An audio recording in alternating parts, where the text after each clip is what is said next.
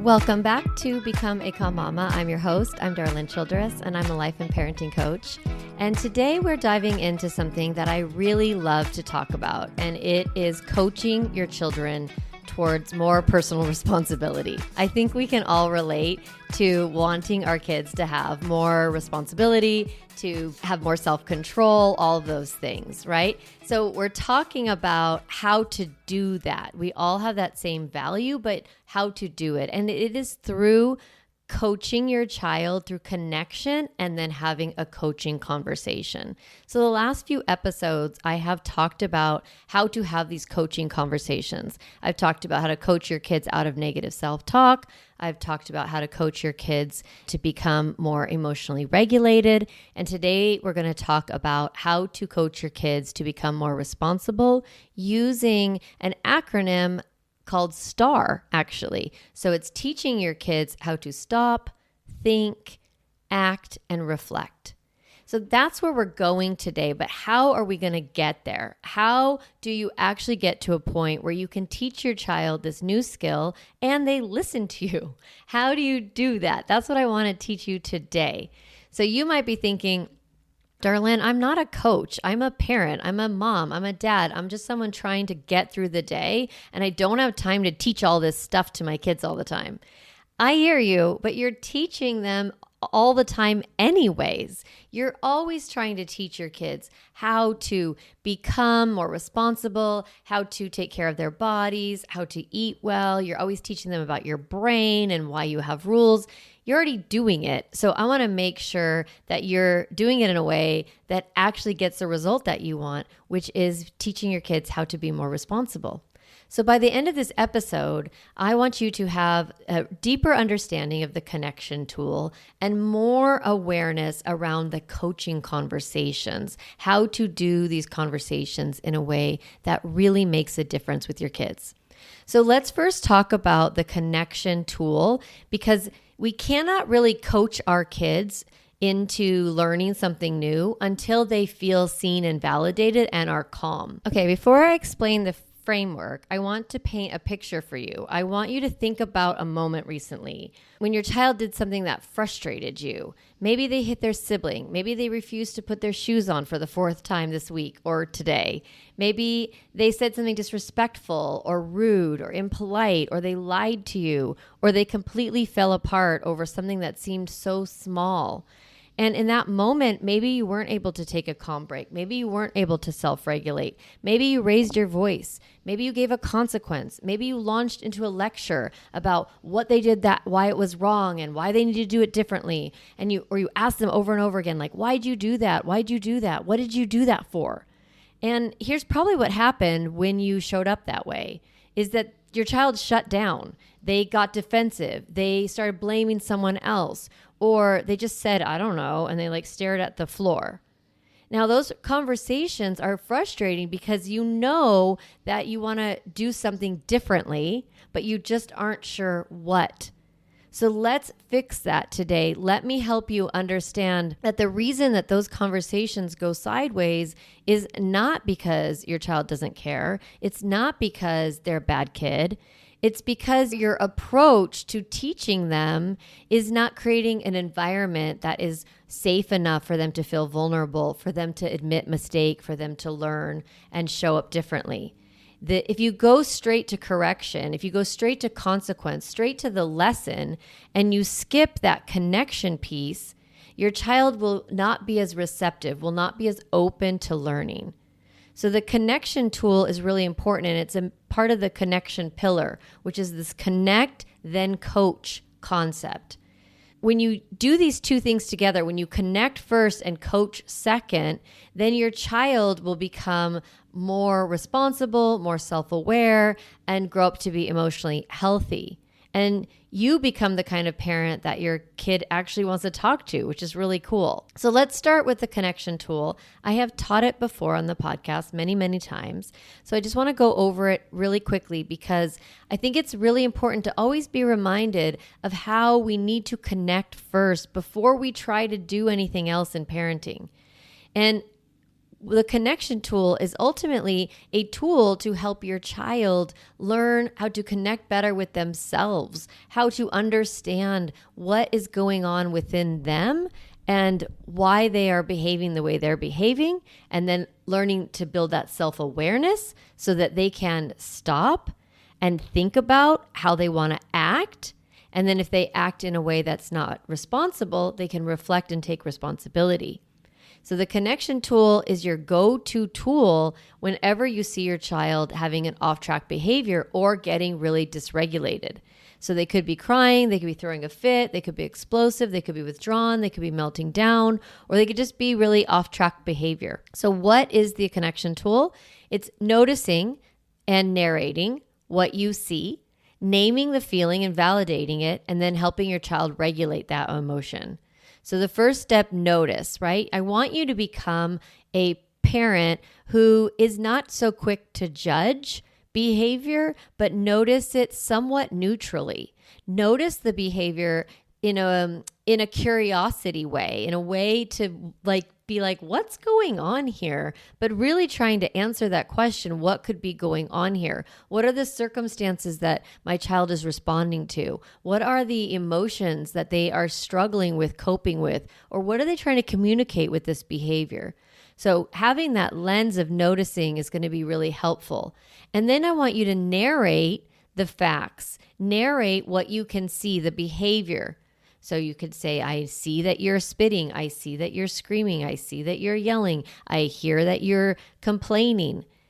And then you go to naming. I wonder if you're feeling blank, whatever that emotion is that you guessed before that could be going on. So when you are narrating the circumstance and naming the emotion, you're really helping your child feel seen and heard and understood.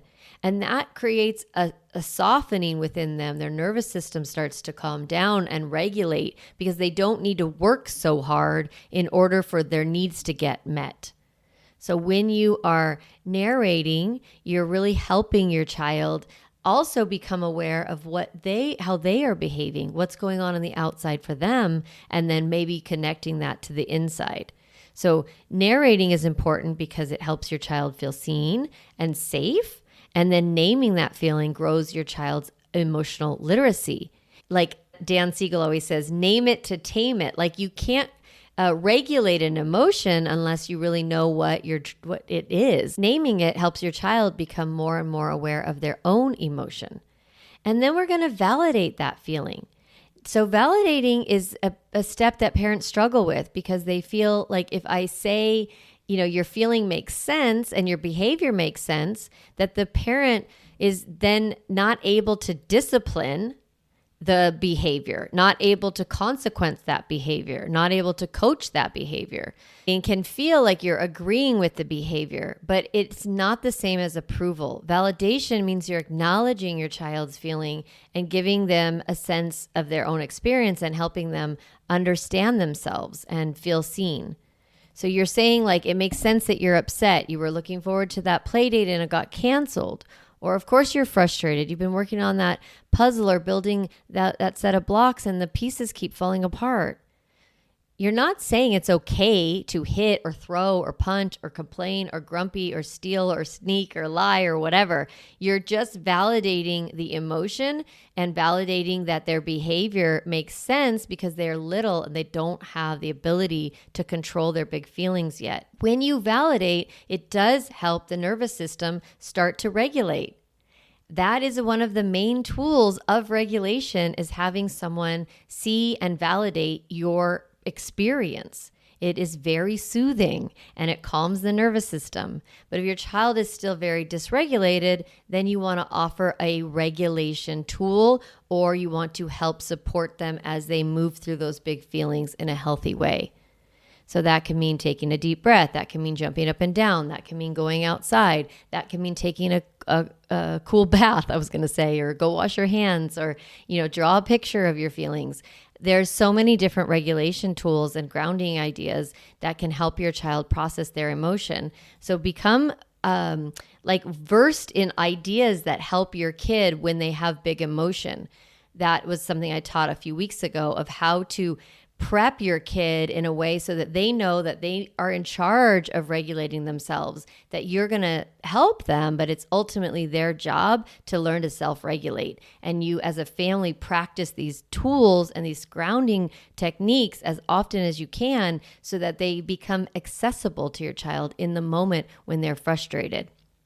So your child, remember, they are easily dysregulated because of their age. Your child is like a live wire. There's always electricity and energy coursing through them all the time. And it does get overwhelming for them. And they don't always know how to balance their nervous system and how to re-regulate themselves. So they do need help, especially under 6.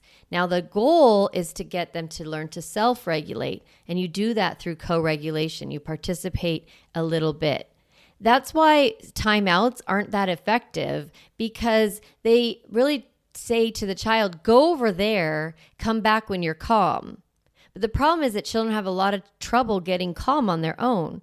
So the idea is really to bring them in and help them calm their bodies and calm their nervous system and make a different choice, but with your support.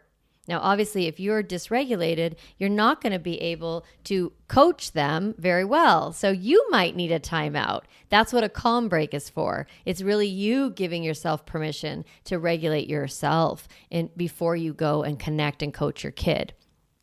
So the connection tool is something you use when your kid's dysregulated. It's something you use when they have off-track behavior. You don't always need to say all of it out loud. You don't need to go through every single step with them. It's useful when you're learning the tool to practice it aloud with your child. It helps them have an understanding of what is going on and what you're helping them with.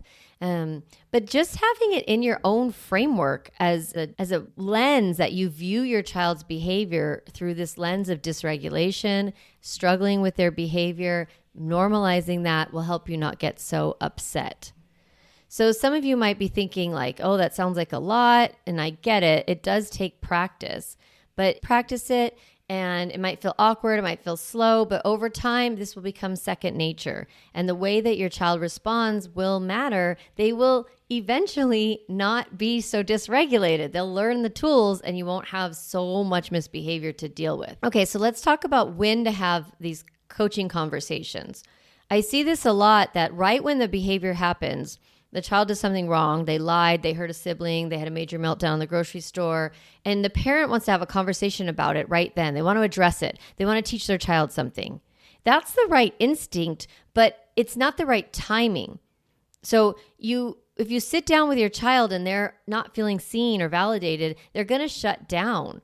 And they might get defensive and start arguing, right? Or blame everyone else. And they might start crying. And that means that they did not feel validated yet. They haven't quite gotten to that point, and they're in a protective mode, right? They're feeling worried that you're going to be mad at them, and their nervous system is reading that situation as a threat. So if that's the case, that's just evidence to you, oh, I need to connect. They're not ready for this conversation yet. So we want our kids to be in a good regulated state, and we want to have connected with them before we try to do a coaching conversation. If you've ever had tried to have a conversation with your kid about their behavior and they lie and they shut down and all of those things, you probably are like, what's wrong with my kid? What's wrong with me? And I just want to really normalize that that's their child's survival strategy. When a child is lying or deflecting, they're trying to protect themselves. They're scared that if you see their mistake or you get mad at them, that you might love them a little less. You might not take care of them. And that's like this existential fear that kids have. And that doesn't mean anything's gone wrong. It doesn't mean they have bad attachment. It just means that they're wired for attachment and they're constantly seeking to make sure that they have it, and that's okay. So your disappointment and your anger, it could trigger their survival brain and it could shut them down. That's why we do the connection tool before we do coaching or even correction when we give a consequence. Want to make sure everyone is regulated and calm and feels seen. So when your child experiences you as this kind, calm, and compassionate witness, when you notice what's happening and you narrate what you see and you validate them, they feel safe and they're thinking brain comes back online and they become more willing to admit mistakes. Okay, so now that we've laid the foundation, your kid feels seen, they feel safe, you've done the connected tool, let's talk about coaching conversation. A coaching conversation is basically replacing a lecture. It's replacing the thing that you do when you just monologue a little bit and tell your kid, blah, blah, blah, don't do this because of this and that's why it's bad, right? Lectures don't work. And if they did, I would not have a podcast. I would not have a job because parents are constantly lecturing their kids and they are ineffective in moving the child towards greater responsibility, greater understanding. Partly because we're not doing the connection first, and also because in a coaching conversation, it's an actual conversation. It's a give and take. You're having a question and answer conversation. So I don't want your kids to be tuning out and their eyes glazing over and say, yes, I know, sorry, just, whatever they can to make the conversation stop. A coaching conversation, it's different. It's a dialogue, and it invites your child to participate, and it helps them actually learn what you want them to learn. A coaching conversation always has these 3 parts: reflecting on the behavior, teaching why that behavior doesn't work, and practicing the new behavior. So I'm going to give you some ideas about how to practice the new behavior and some ideas about how to reflect and some ideas about how to teach your child. But I want you to trust your intuition here. As long as you're hitting these main points of reflecting on why your child's behaving that way, teaching them a different way to behave, and practicing that new behavior, that's all that really matters. I want you to feel free to coach your kid, to parent your child. You're their parent. You know why you have rules and what your values are and where your kid is at in their skills. And you can be creative. I'm going to give you some ideas, and I also want you to trust your instinct. Okay, so let me talk about these 3 parts of having a coaching conversation: reflecting, teaching, and practicing. So reflecting is where you're helping the child see the pattern of their behavior. You're helping them understand why it's happening. It's like, hey, every time I ask you to put your shoes on, you end up getting distracted and running upstairs or running to the playroom or running to the toy bin and grabbing a toy. And it makes sense because you don't want to stop playing and you want to have fun, right? Isn't that what you want? So you're reflecting on what is happening, what you've noticed. You're calmly and neutrally, without blaming or accusing them, you say something like, I noticed that when I ask you to put your shoes away after school, it often doesn't happen. Or I've noticed when it's time to get ready for bed, things get really chaotic around here. Or I've noticed that when I say no to something you want, it can be really hard for you to accept that, and you'll start crying or running away. So you're reflecting on how they are acting in general. Like, why are you even talking about this? Is this a pattern? Like, you want to tell them why you're talking about it and reflecting on it. So you're normalizing it. You're saying, that makes sense. It's normal for kids to struggle. Kids want to play. Kids don't want to do work. Kids don't want to go to school on time. Like, you don't care about time. You're little. And I understand that it's genuinely hard for you to stop doing something fun and switch to something you don't want to do. I know it's hard for you to control your impulses. That's just how your brain works. You're a kid. If you really validate that they are still young, they're learning, that it's okay, they are more open to learning and practicing the new skills. So you're really taking the shame out of it by saying this to them, by saying, I understand why you would behave that way. You're a kid, and kids make mistakes. Kids don't know about time. Kids don't know about money. Kids don't know about velocity or gravity or really anything. And I want you to feel that that's true. Like, your kid is still learning a lot. They don't know everything yet. They're young and they're going to make mistakes. And if you can just reflect on, that's okay. That makes sense. That will make them feel more likely to then take the teaching. So you would then ask a couple of questions. You might ask them, like, do you find it hard to listen to me sometimes? Or is it hard to stop doing something fun and switching to something you don't want to do? Why do you think that is? And listen, really listen to their answers and try to understand what they're coming from. That will help you when you do the practicing to guide them better if you really listen to why they're doing those things that they're doing. So it also builds insight for your kid because you're teaching them to do that reflection themselves and to think and build awareness about their own behavior. Why do I act this way? Not because I'm a bad kid, but because I'm still learning or because I don't like stop playing. Now, the second part is teaching. This is where you introduce the new skill or concept that you want them to develop. And you always want to anchor this as in your role as a parent.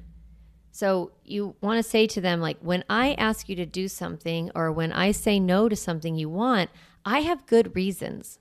As a parent, it's my job to make sure we get places on time. It's my job to make sure we take care of our bodies and take care of our things and be respectful of others, manage our resource wells. You don't have to go through all of those, but you might say, this is my job as a parent. That's why I'm giving you directions.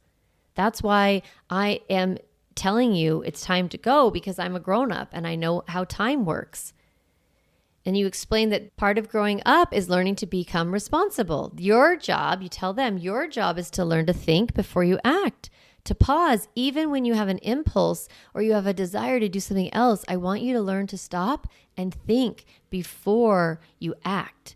So I want to teach you the STAR tool. And you can actually then tell them what you're going to be teaching them, which is this STAR tool. So here's a specific tool that I love to teach kids, and it's called STAR tool. So it's STAR, and it gives kids a concrete process to follow in moments when they need to manage their behavior. So you just kind of tell them, like, S stands for stop. Before you act, especially if you're frustrated, especially if you are not listening, mommy tells you to do something, I want you to stop and think before you act. So the S is stop, the T is think, and the A is act. So the T, I want you to be thinking about the situation. If I say put your shoes on, I want you to be thinking, what did she just ask me to do?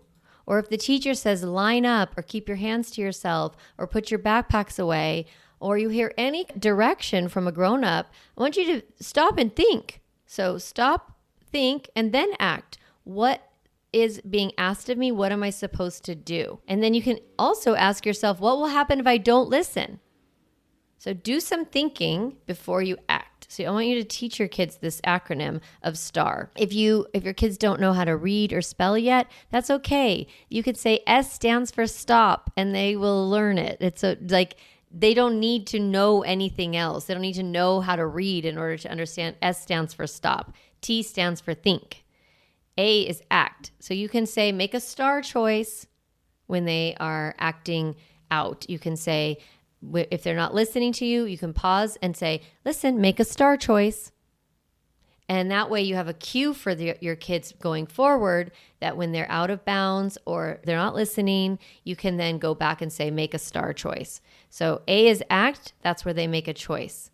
And then R is review. If your child makes a mistake and you want to coach them through that mistake, go ahead and ask them to go through STAR. Let's stop and think about what I asked you to do, and then what did you do? Okay, you did that instead. What are the impacts of that? What could you do differently next time? So this is how we want to build self-awareness with our kids and give our kids something to hold on to. STAR is really helpful because they want to be a STAR kid or, make a STAR choice, right? So instead of just saying you need to listen better, you need to control yourself, giving them this process will help your kids. And then you're able to reflect back and say, was that a STAR choice? So you can use this if you like it. If you don't like it, you can bag it. But I do think it's helpful to give your kids frameworks of what you expect of them. And then you create these little cues within your family so that as a parent, you can look at them and be like, hey, I said make a STAR choice. Right? So then you practice, right? You reflect, you teach, and then you practice. And you say, okay, let's practice STAR together. So imagine tomorrow we get ready for camp or we're getting ready for going to swim lesson or something like that. And I say, get your swim trunks, or I say, finish up your meal or put your plate on the counter. So what does stop mean in that moment? What are you being asked to do? Let's think it through together. You're being asked to take your plate to the counter. What should you be thinking? What do you want to be thinking when mommy says, do this? You want to be thinking, I should make a STAR choice. And then what do you actually do? Listen. That's the action piece. And then what happens if you don't listen? What are the consequences, right? We're late. you don't get to do the warm up with your class, whatever it is, walk them through the negative consequences that can happen if they don't make a STAR choice. So you're not quizzing, you're just practicing. You're running through scenarios, you're helping them in real life. If you have younger kids and you want to teach them the STAR tool, you might do it really playfully. You might role play it. You might use puppets or act it out. The sillier it is, the more it sticks for little ones.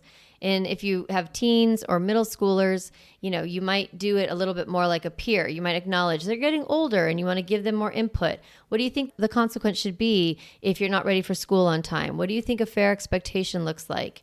Trying to build in some conversation about it in the context of the STAR tool. So the key to all of this is that you are not just telling your kids what to do, you're walking beside them and you're helping them figure it out. You're a coach, you're not a dictator. And that shift, that's what really changes how you interact as a family.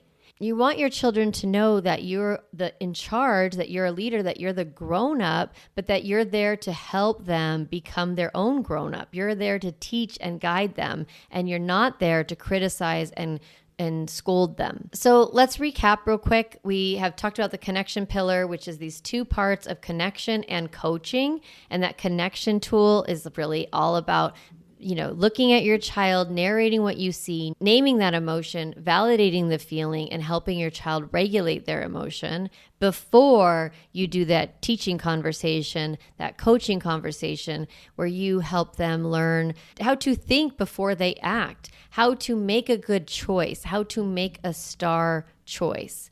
We talked about that framework, right? Is reflecting first, teaching them, and then practicing and using the STAR framework if you want. Stop, think, act, and review. It's a fun tool. I think it's great if you teach it to your kids. But the most important thing is that you always want to do connection before coaching, connection before teaching. So here's the challenge for you this week. I want you to pick a situation in your house, just one, where your child struggles. Maybe it's morning routine, maybe it's bedtime, maybe it's screen time transitions. And I want you to try the connection tool the next time it blows up. Don't jump straight to coaching or teaching. Start with just noticing, narrating, naming, and validating and regulating them and seeing what happens. And then once your kid calms down, you can do that coaching conversation and you can talk to them about, hey, instead of screaming at mommy, can you stop before you do that behavior and think about your choice? So reflecting on that pattern with them, reviewing STAR, reviewing that idea of stopping before you act, thinking about your action, and then taking action, and helping them do that in that one scenario that you're really wanting to practice this week. Now, you don't have to be perfect at this, okay? It's going to be something that you're learning. You've been learning the connection tool all along with me if you've been listening to podcasts. And now we're adding coaching. We're adding a new level of teaching your child a skill or a value that you have using that coaching framework of reflecting on the behavior, teaching why that behavior doesn't work, and then teaching them a new way to behave and practicing that new behavior. So if this episode is at all helpful for you, I would love it if you shared it with another parent who needs support. Also, if you could rate the podcast, if you haven't done that yet, it really helps get this podcast out to reach more families. And of course, don't forget that if you have not received the Stop Yelling Toolkit, that's a really great tool. I teach you how to do a calm break, how to get regulated, how to balance your own nervous system so that you don't blow up on your kids. You can get that at my website, calmmamacoaching.com, or any of the resources that are in the show notes. So I'm really glad you were here listening today. And I hope you have a great week. Reach out if you have any questions. You can find me on social media, respond to my email, and I'm here for you. So thanks for being willing to listen, to showing up as the parent that you want to be, and to continue to improve how you are as a mom or as a dad, if that's who you are. All right, so I'll see you next week on Become a Calm Mama. I hope you have a great week. Hey mama, if you enjoyed this podcast episode, I want to encourage you to do two things. The first is go to my website, calmmamacoaching.com, and get a copy of the Stop Yelling cheat sheet. You'll get a step-by-step breakdown of the most important tool I teach, which is the pause break. And you'll also get 40 ideas to reset your body and balance your nervous system so you don't have to yell at your kids. You can get a copy of that, again, at my website, calmmamacoaching.com/stop yelling. The other thing I'd love for you to do is go to Apple Podcasts and rate and review this podcast so that other moms can discover empowering and helpful, practical parenting strategies, just like you did today. Thanks so much for listening to the podcast. It means a lot to be in your ear every week and to support you on your parenting journey.